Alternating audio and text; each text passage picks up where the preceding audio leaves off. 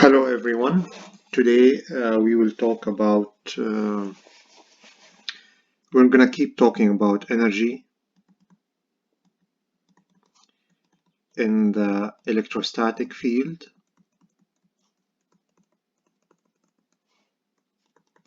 but now from the perspective of field variables.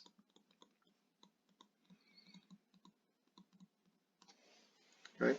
So let me remind you, last time we talked about energy in the electrostatic field from the perspective of orientation of charges. So we said, hey, assume that all the charges are beyond infinity, right? And then we bring them in and we arrange them in a certain way in space, right? This arrangement requires energy, and that energy is the energy that is embedded in the electrostatic field. And that energy is actually, we said that energy is actually in the field itself, because as we bring in the charges, the field increases. So, I mean, we're putting something in, we're getting something out. Clearly, what we're putting in is turning into the electrostatic field, right? So, which brings up the question, we calculated the energy using this charge picture. Can we use the field itself to calculate the energy that exists within it, right? We can, and to do that, we have to again use the postulates, use the divergence theorem. If we do all of that, we get a calculation of the energy in terms of the actual fields. Okay, so you want to get the energy from E and D, right? And this emphasizes that the energy is associated with the field rather than the charged particles. Okay, so this is one of the, I would call this is one of the basic tenets of electromagnetics. Okay, so the starting point again is what we calculated last time, right? Last time we calculated that the energy due to certain charge distribution is as follows: half V prime, right, rho V, V dV prime, right? So let me again draw the infinite sphere that represents the universe. You know, everything inside the sphere is within the universe, and everything outside is outside of the universe. So the idea is I have a certain charge distribution, and then I integrate over this charge distribution to get the energy. Okay, I want to now do a subtle shift. I want to say, would anything really change in calculating the energy if instead of integrating over V prime, I integrate over all of space V? Would anything change in the calculation of the energy? No, nothing would change. Why? Because the charge, although there might be voltage, you know, outside of this charge density, this is rho V, right? There is no charge density outside of the charge density. The charge density is zero, so this integral will be zero. It's like if I move from V prime to V, which is integrating over all of space, like V is all of space, V prime is just the charge distribution. If I move from V prime to V, I'm essentially just adding zero to the integral, so nothing changes, right? Because the charge density is zero. So I can, it's kind of like if you have a function, like this function, and you integrate from A to B, or you integrate from C to D, you get the same integral because the integral from C to A and B to D is zero, right? So this is the shift. This is the trick. So I want, instead of integrating over V prime, I want to integrate over all of V, all of space. So I end up with half volume integral over all of space, rho V, V. This is the electric potential dV. Okay, now comes the application of postulate 1, right? Postulate 1 states that divergence of the electric flux density, which equals divergence of epsilon E. I'm assuming some material in space. I'm not assuming epsilon naught. I want to make this general, right? That equals rho V. Right? We know that postulate is always true, right? So instead of rho V here, I can put this divergence, right? So I can say that the energy half volume integral over all of space is divergence d times v dv.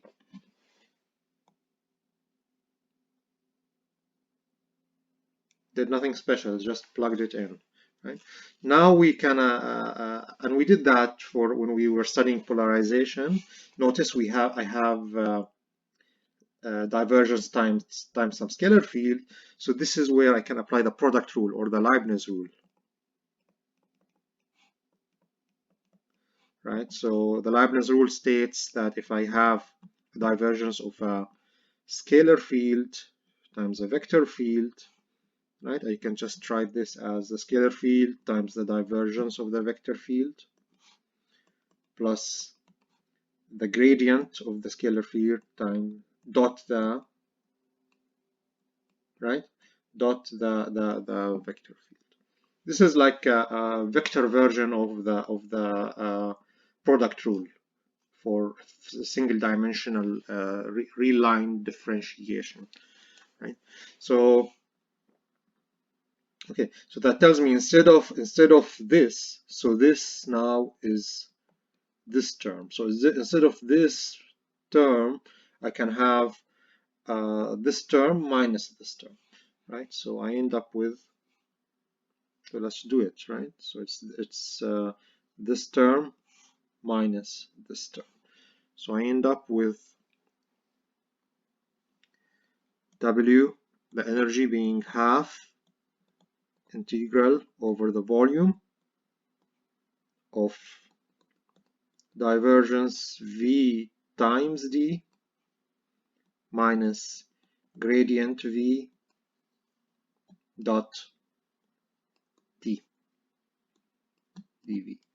Okay, what's gradient V? Right, so we know that E equals minus gradient V. Therefore, gradient V is minus E. Right? So I can come here and instead of gradient V, I can put minus E. So I end up with W equals half integral V divergence V times D. So instead of gradient V, I put in minus E. This turns into positive plus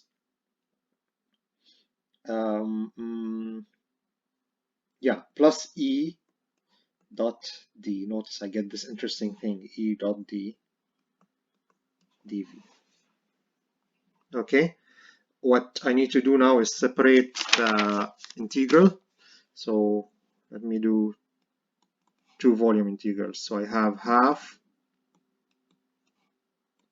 V divergence VD dV plus half the volume integral E dot D dV.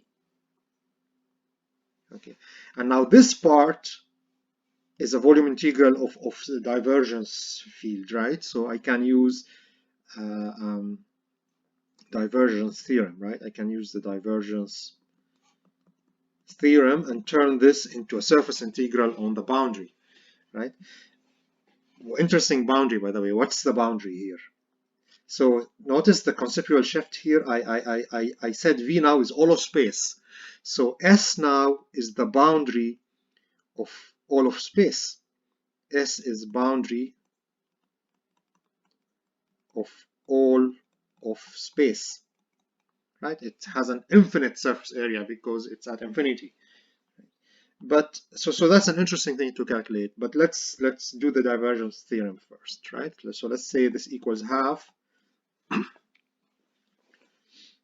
of the closed surface area on S, where S is the boundary of all of space, of VD dot ds plus half V E dot d dv. Now this is interesting to calculate. What would this be? I mean, clearly, I mean, there's some limiting behavior, right? Obviously, we cannot integrate over an infinite surface, which is the boundary of all of space. What we can do is we can integrate over some faraway surface and then take the limit as we get farther and farther and farther and farther, right? And that will tell us what this integral converges to, right? So it converges to something, right? So this is r equals infinity, and this is, you know, some r, and then we take r to infinity, right? So what happens here? What is d proportional to? Right? As we're moving further and further towards infinity, what happens here? As we're moving further and further towards infinity, any charges in the universe start looking more like point charges, right? And start consolidating together and become like a point charge, right?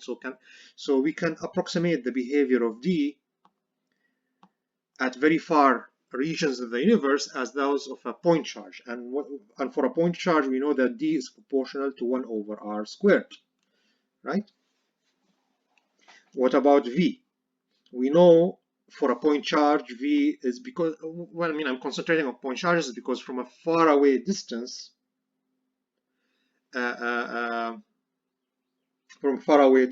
everything looks like a point charge, right? V is proportional to 1 over r, right? So what is V times D proportional to? V times D is proportional to 1 over r cubed, okay? So we found what V of times D is proportional to. But in the integral, there's not only V times D, right? When we're finding the integral, we're integrating over the whole surface. What is the surface area of the sphere proportional to? So this is sphere area of sphere at r, right? It's proportional to r squared, right? Area of a sphere is 4 pi r squared, right? It's proportional to r squared. So what is the product of this area? So area times VD. That's what we're summing up in the integral. We are summing up VD times the area, right? So that's proportional to 1 over r, which approaches 0 as r approaches infinity. Right? I hope you like. It's a pretty interesting argument, but hopefully it's clear what's happening. Although the area is becoming infinite as I'm going to infinity, right? The surface area is proportional to 1 over r, is proportional to r squared, but the V times D is proportional to 1 over r cubed. So the whole thing, the product, is proportional to 1 over r. So therefore, the integral, the integrand is approaching 0 as I go to infinity. I'm summing 0, so I get 0. So the gist of the argument is that this converges to 0 as I integrate over all of space V. Okay, so this thing converges to 0. So I end up with W. This simplifies things. I end up with the energy simply being half over the whole volume of E dot d dV, joules.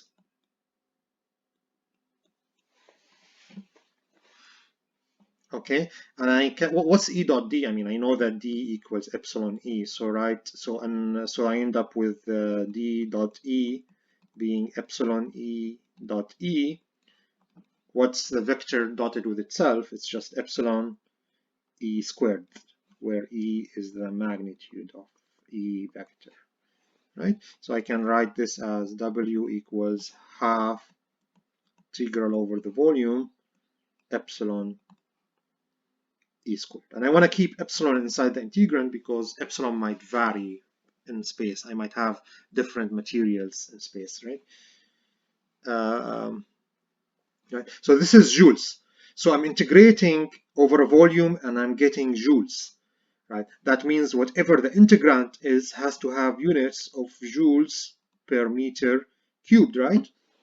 It has to, right? So this has to have joules per meter over meter cubed, right? And then I integrate it over the volume, and the meter cube goes away, and I end up with joules. That tells me that the energy density, small w e, in the electrostatic field is half d dot e vector, also written as half epsilon e squared. This is all in units of joules per meter cubed, right? Another way to write it, I could, instead of e, I could have d over epsilon. So I end up with d squared over epsilon squared. I end up with d squared over 2 epsilon. Of course, from the charge perspective, some problems is still useful to look at the charge perspective, that the density is going to be rho v over 2, right? From the integrand of the charge volume, of the integral, volume integral, where we had the charge inside, the charge and the voltage inside.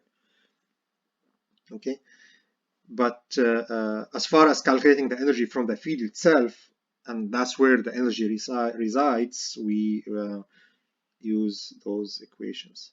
Okay, let's check the units. Let's check that epsilon times e squared really gives me units of energy, right? So epsilon is farad per meter. E is what? Volt per meter. So volt square over meter squared. What do we end up with? I end up with farad volt times volt over meter cubed, right?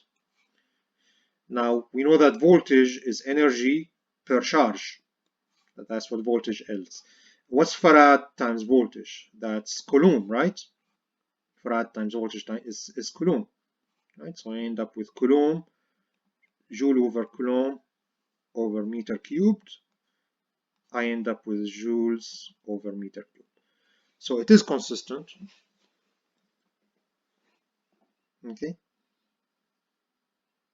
Okay. So now I want to talk. So this covers it. This covers it. Covers everything I wanted to talk about as far as energy is concerned in the electrostatic field.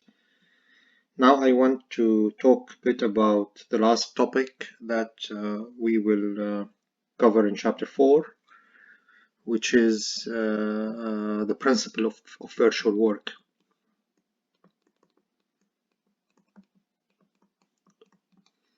Of virtual work.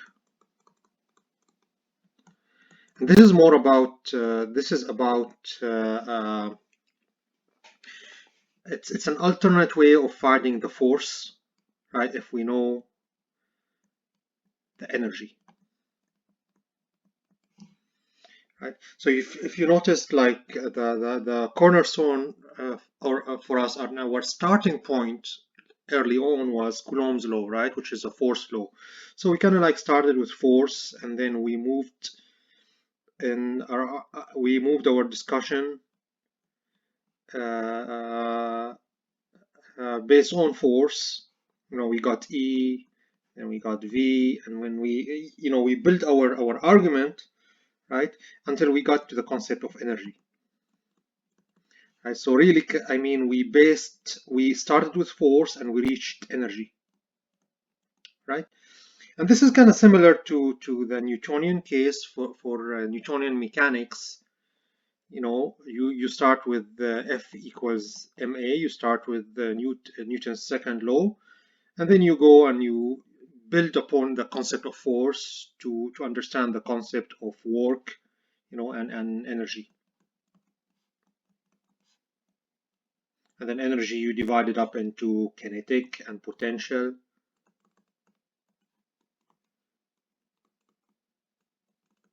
So on and so forth, right? But also there's an opposite direction we can go. We can start with energy and use energy to define force, right? And I mean, I don't know how much detail you went in when you studied physics too, but you encountered the concept that if you plot the potential energy of a system, let's say, the system will always naturally try to move towards the point. This is, let's say, one-dimensional system. So this is potential energy per location x in one dimension. So the system will naturally try to move towards the point where the potential is minimum, right? And then at any point, the force is just going to be minus the rate of change of u with respect to x, du by dx, right? So this is a concept that exists in mechanics where the rate of change of the potential with respect to distance gives me the force, right? And that's the conservative force, right? Remember we said the electrostatic field is conservative, right? So we could all I mean our argument to this point is that starting with force we derive all the higher level concepts until we get to energy. But also we can do the opposite. We can start from the energy perspective and then derive the force from the energy.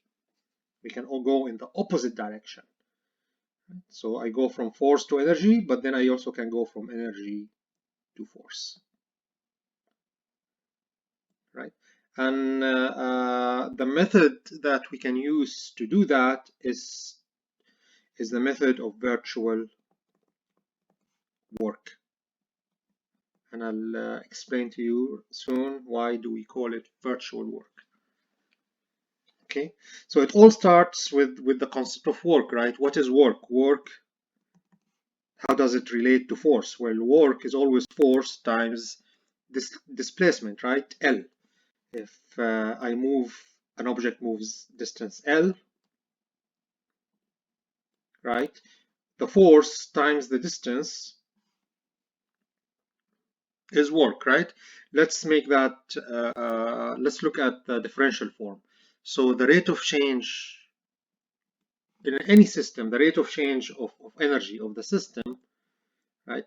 The amount of differential work that the force does is F dot dl, right?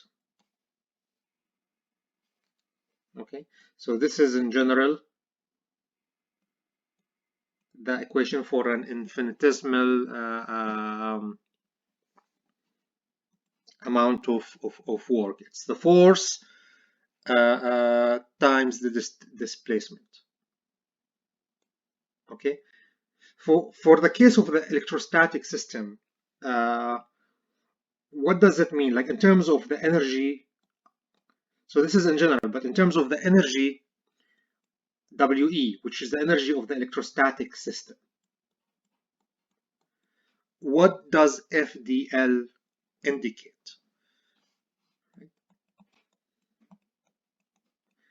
So there's here one assumption, well, not one assumption, one fact we have to keep in mind is that we mean by F here the electrostatic force. That's the force coming from the field. That's the force that we're trying to find through the method of virtual work, right?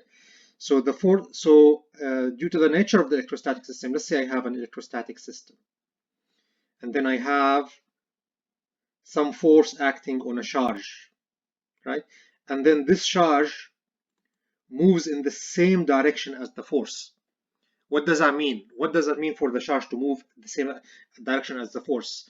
It means that that charge is moving naturally. There is no external system like me, for example, pushing this charge against the electrostatic force. This charge is left to move naturally, and naturally it will be pushed around by the electrostatic force. So the assumption here is that F is the electrostatic force, and it pushes the charge naturally. It pushes it by a distance dl, small distance dl, right? So okay, so I can write this as F dot dl hat, meaning the unit, right? Unit length in the direction of movement, the direction of displacement, times dl small. This is the actual amount of displacement. Okay, so yeah, what I'm trying to say is that if I let the charge just move naturally due to the electrostatic force that might exist in space, what will happen is that if the charge moves in the direction of the electrostatic force, due to the electrostatic force, the system tends to want to reach a lower energy state, right? So if the electrostatic system is doing work on the charge, it will move the charge in a certain direction such that the total energy goes down. This is again the natural behavior of physical systems. They always try to seek the point of minimum energy, right? So, I mean, if you think of two positive charges, if they are a certain distance, they have a certain potential energy, but then naturally they tend to move apart, which reduces the total energy, right? So the point is that F dot dl, right, which is the displacement that happens naturally due to the electrostatic force, this small displacement tends to decrease the total electrostatic energy of the system. So this infinitesimal differential work, which is F dot the small displacement, gives a decrease in the total energy. So gives me is equal to minus d WE. So this is equivalent to a small differential decrease in the total energy, right? So we need to keep this in mind, right? Furthermore, from vector calculus, we know that dWe, right? And here where the concept of virtual work comes in. Here, if we imagine like a small virtual displacement, not real displacement, right? dWe is going to be equal gradient WE dot dl. Right? This is where the concept of virtual work comes in. Let me explain a bit what this means so this is clearer. Okay, what this means is that we have a system, right? And then we have like a part of the system. It could be a charge, one charge, for example, right? And this movement. So I'm not saying that this charge is going to actually move. Really, I'm saying, imagine that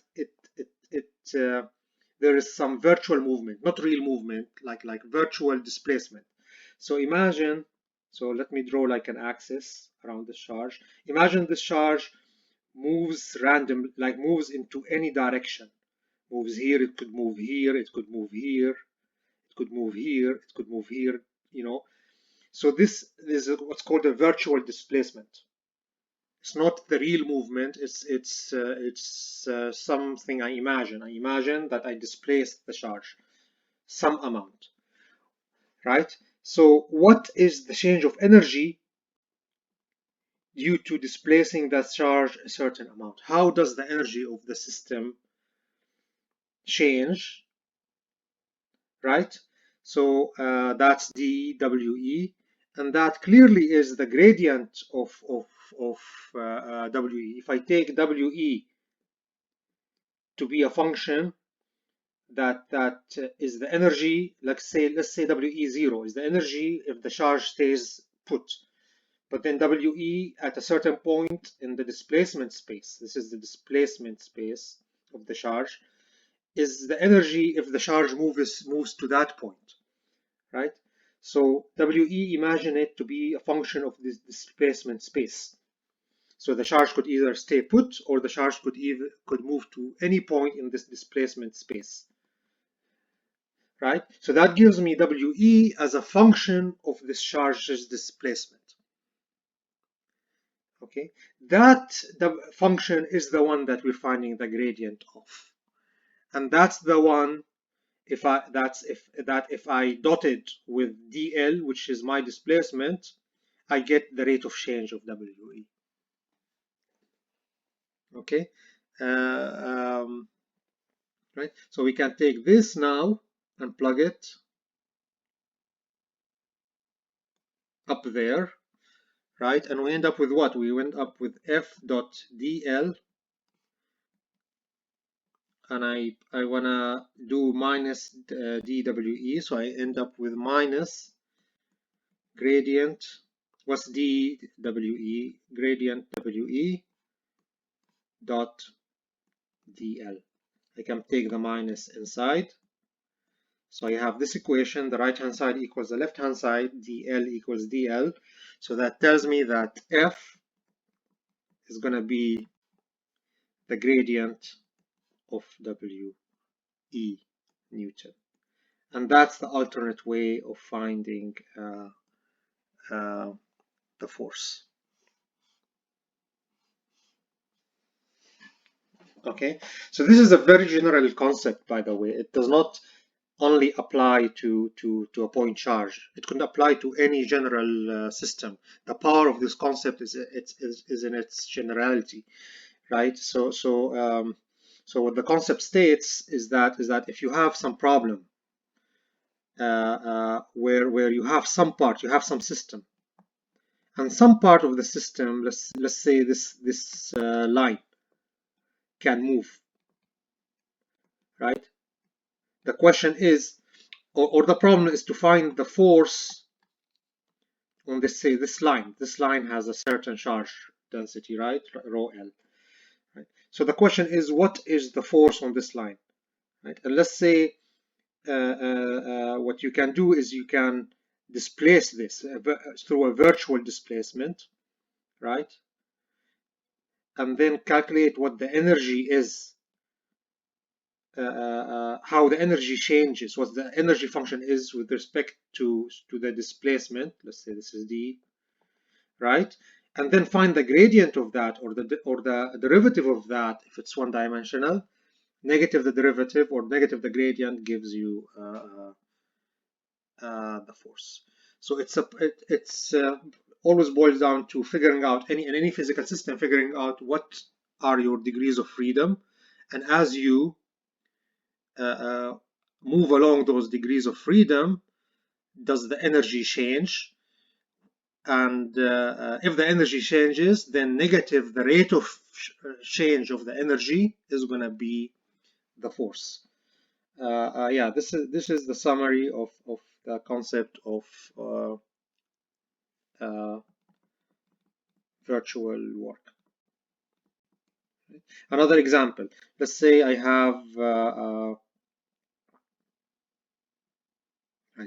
have two lines, parallel lines. One is positive, right? One is negative. I'm not going to solve this exactly. I'm just going to show you the concept, right? So the idea is that those two lines cannot get closer, but they can move right or left. Oh, let's say this is fixed, and this can slide right or left, right? So how do you find if there is a force acting on this line? Well, what you could do is you can displace it virtually to the right or left, and then try to figure out, does the electrostatic energy of the system, so let's say this displacement is d, could be positive or negative, right? I can move d to the right. This is, let's say, the origin 0. It can move this upper line to the right by a certain amount or to the left by a certain amount. The question is now, is the total electrostatic energy a function of just this virtual displacement? If it is a function of this displacement, if it changes with respect to this displacement, that means there is a force acting on this line. If we find out that if we displace this line, for example, right and left, the total electrostatic energy does not change, that means there is no force acting on this line. This line is going to have a force of 0 acting on it. And we can also use this method, for example, to derive the Coulomb's law from the energy concept, right? So remember, I mean, when we started, we used Coulomb's law to kind of like guide us towards the axiom, right? The first axiom. But the first axiom, that's why we called it an axiom. It does not depend on Coulomb's law. It's just an axiom that we assume to be true. Starting with this axiom, we kind of introduce different concepts until we reach the concept of energy. Then we can use, once we reach the concept of energy, we can use the method of virtual work to derive Coulomb's law. So I'm gonna do like a bunch of an example or two actually to kind of like show you this concept, but it's a very general concept and applies to way more than point charges. You know, so to give you an example, like recently I've been working on a motor project, and in that project, right, we have like a rotor, and then we have a stator, and then between the rotor and the stator there is, we haven't studied magnetic fields yet, but the same concept applies. We have a magnetic field between the stator and the rotor in the air gap. The question is, what kind of torque does this motor provide, right? And it turns out the easiest way of calculating torque is kind of a twisty force. It's not a linear force. It's a force that allows you to twist things so that they rotate, right? So the easiest way of calculating the torque due to the magnetic field is to determine first what is the degree of freedom of this problem. The degree of freedom of this problem is the rotor, right? The rotor can rotate. So it is the stator is fixed, but the rotor can rotate and is free to move, right? So that's the degree of freedom.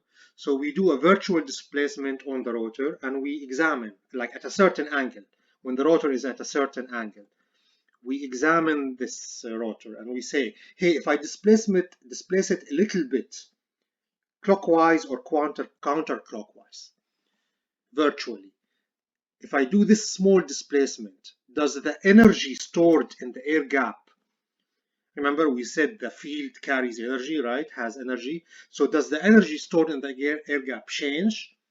So if there is a change in the energy stored in the air gap, then that gives us the torque. Then we say there is torque. Torque is a force, kind of force.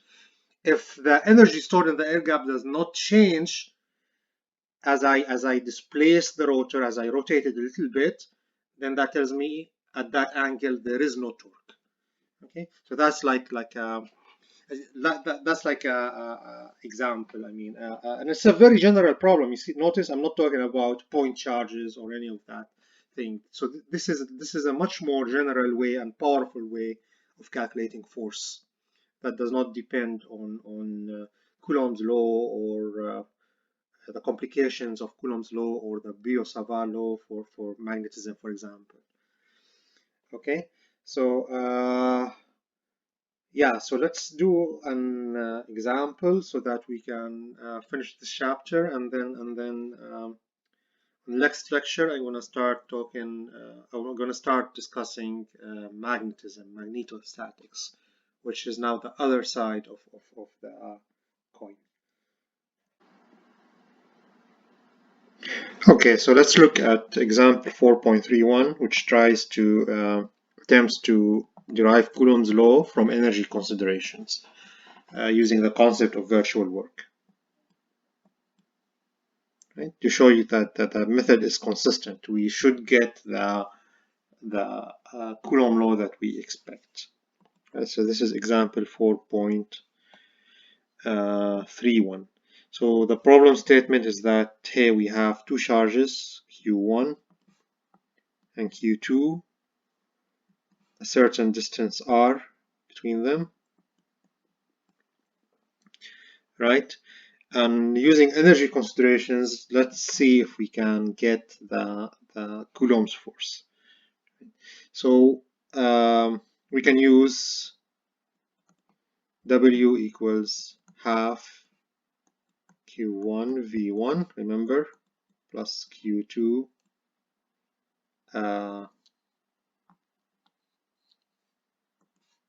V2. Okay, Q1 is just, you know, Q1. What is V1? V1 is the voltage at point Q1, right, due to the other charges of the system. So there is only one other charge in the system. This is Q2. So V1 is Q2 over 4 pi epsilon naught R. I'm assuming this is free space. And then Q2 times V2. V2 is the voltage at V2 due to the other charges of the system, other charges in the system, and the other charges in the system are Q1. So this becomes Q1 over 4 pi epsilon naught R. So I have Q1, Q2, Q2, Q1, add them together, I end up with 2 Q1, Q2, 2 cancels with 2, and I end up with the total energy of the system being Q1, Q2 over 4 pi epsilon naught R. So this is the electrostatic energy of the system, total electrostatic energy of the system. Okay, so we want to find the force. So this is the point where the concept of virtual work comes in. So I have, let me draw it. I have Q1, I have Q2. I mean, I could assume any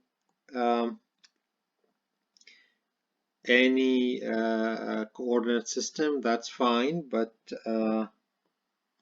let me assume that the coordinate system's origin is at Q1. Let's say. Okay, it's arbitrary. It doesn't matter. Right? This makes finding the gradient easier, actually. Right? So, and this is the position vector for Q2. Okay, right? And this configuration has a certain WE, that's a function of R. Right? So what I'm saying here, the concept of virtual work states that, hey, let me take this Q2. This Q2 I can move, right? I can move anywhere. I can move up, down, right, left. I can displace it. I can do a virtual displacement on it. I can imagine that it changes. And as it changes, R changes and WE changes. So as I move this back and forth, you know, by any arbitrary amount,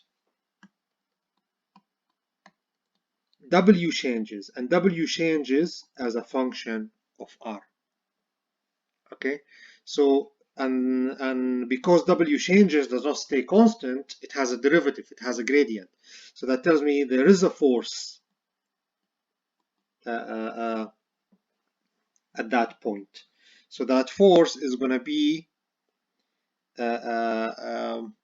minus gradient W.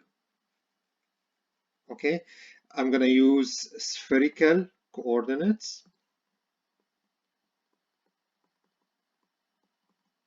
Right, so because I'm going to use spherical coordinates, remember the gradient and spherical coordinates of some scalar is d over du over dr r hat, and then something else and something else, but this something else has du over d theta, and this has this is u, du over d phi, right? But notice here w is not a function. This is we. W is not a function of theta, nor is it a function of phi. It's only a function of r. So those two terms will be zero. I don't have even to worry about them, right? So let me write that down. F equals minus gradient of we, which is minus. I only need to take the dwe by dr. So this is going to be d by dr we, which is q1 q2 over 4 pi epsilon naught r, q1 q2 over 4 pi epsilon naught r hat. This is what the gradient is, right? And so f is going to be, what's the derivative of one? Everything here is constant, by the way, q1 q2 4 pi epsilon except r. So what is the derivative of 1 over r? Well, it's minus 1 over r squared. So the derivative is going to be q1, q2. The minus 1 from the derivative cancels the minus 1 outside, right? Over 4 pi epsilon naught r squared. And this is exactly what Coulomb's law is, right? And we derived it purely from energy considerations. We found the energy in the two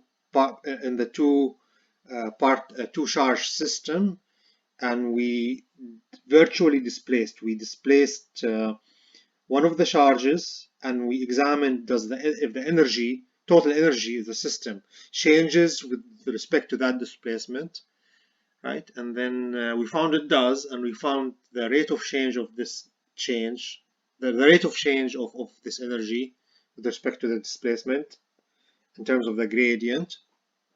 We calculated the gradient and we found the force. And the force turned out to be exactly the same as the expected Coulomb's law.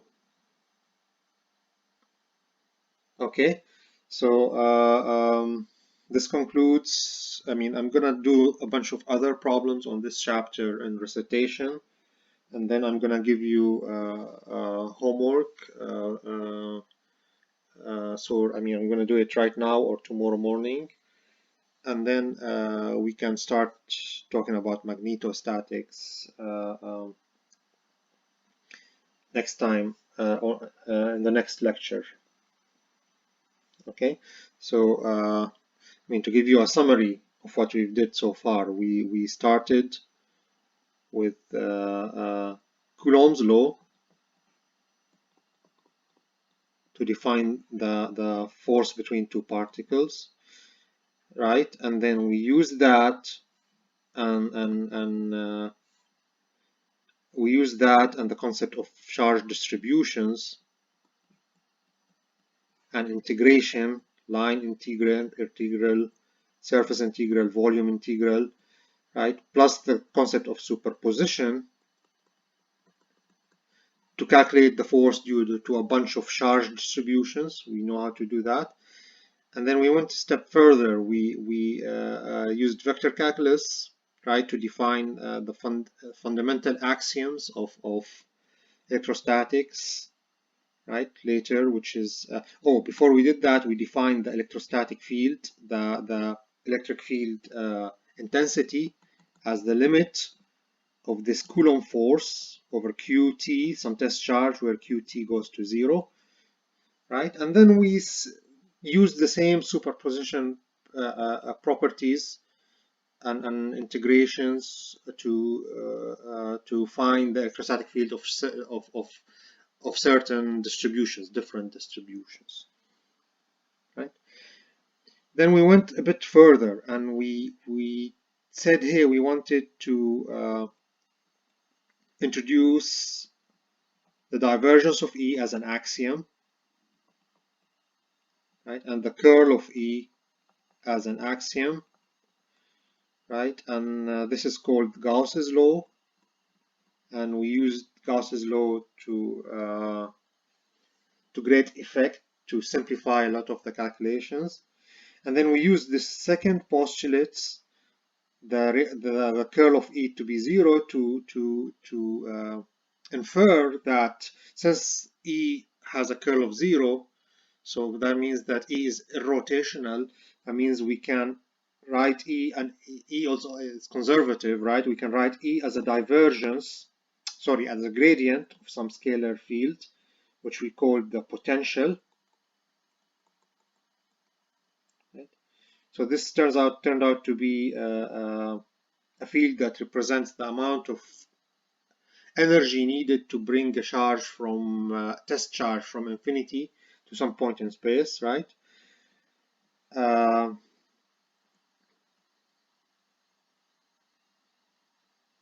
Right, and we did a bunch of calculations using the potential, and we've shown that in many ways, since the potential is a scalar field, it's much easier to utilize the potential. So we went through a bunch of those exercises. Then we started talking about the medium, the material. How do we model the material? And we talked about conductors, dielectric materials,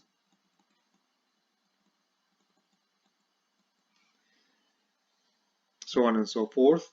And then we started talking about energy as from both the perspective of charge densities, right, or point charges, and then from the perspective of the fields themselves, right, ED. And then we talked about the concept of virtual work. So this is the high level stuff of right?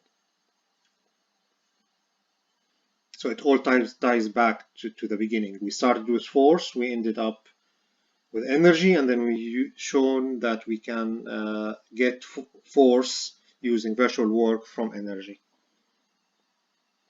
Okay, and for the electrostatic field, we discovered that there are different ways of looking at the electrostatic field or quantifying it.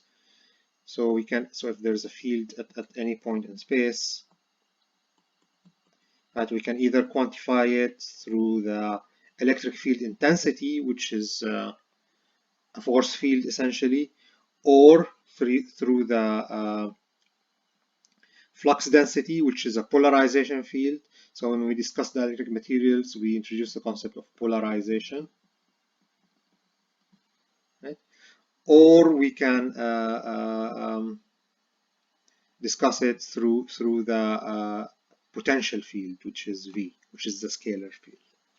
Okay, so all those three kind of fields are different ways of representing the same thing, right? Which is essentially an energy field. We came to the conclusion that the electrostatic field carries energy and presents as energy density in space. Whenever there is an electrostatic field in space, there is energy there. It is a physical entity, so it needs to carry energy. It is in many ways kind of pure energy. It's not, doesn't have mass. We cannot say that the electrostatic field has mass. Definitely it doesn't, but we know it has energy. All right. So this concludes chapter 4. We're gonna, during recitation, we're gonna go through a bunch of problems. But as far as lectures are concerned, I want to now switch gears and move to the magnetic field. All right. Thank you.